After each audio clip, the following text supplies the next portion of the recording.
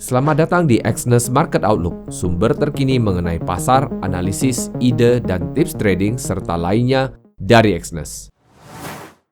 Selamat datang kembali di analisis mingguan dari Exness. Jadi di minggu ini kita akan membahas mengenai dampak kondisi ekonomi akhir tahun terhadap US oil dan juga emas.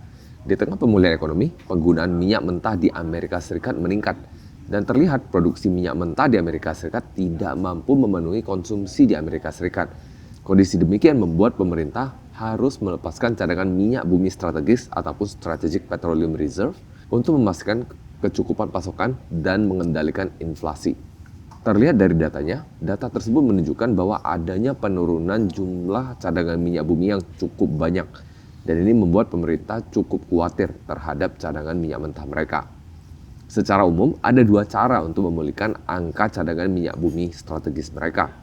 Cara pertama tentunya dengan membeli minyak mentah dari negara lain.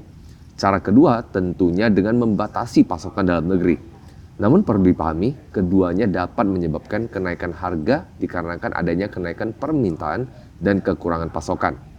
Singkatnya, terlihat cukup sulit untuk mengendalikan kenaikan harga energi ini.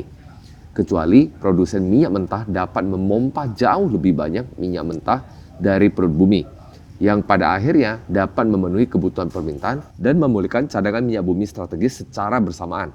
Di samping itu, Tiongkok, salah satu importir minyak mentah, mengalami kesulitan dalam pemulihan ekonomi mereka. Kasus COVID mereka naik secara signifikan atau bahkan meledak. Kondisi demikian tentunya dapat memperlambat percepatan permintaan.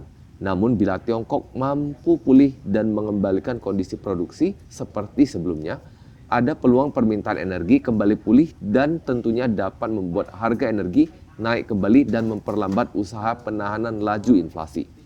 Kembali ke Amerika Serikat, konsumen terlihat lebih percaya diri akan adanya pemulihan ekonomi yang ditunjukkan oleh angka CB Consumer Confidence di bulan Desember.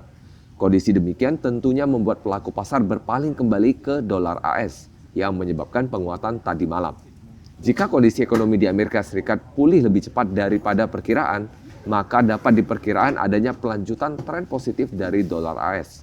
Sementara itu, minggu ini pelaku pasar juga menunggu adanya data PCE Price Index yang merupakan data indeks harga konsumsi dan pengeluaran pribadi yang berpotensi memberikan ide yang lebih jelas akan potensi kebijakan keuangan yang berpotensi terjadi di tahun depan.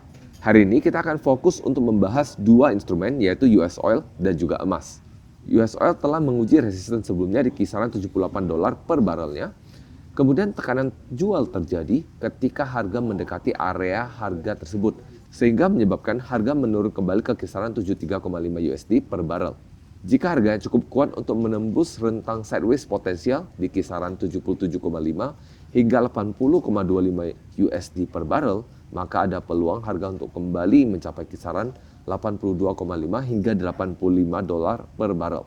Sebaliknya, jika harga gagal untuk menembus rentang tersebut, ada peluang harga untuk bergerak di dalam rentang sideways tersebut.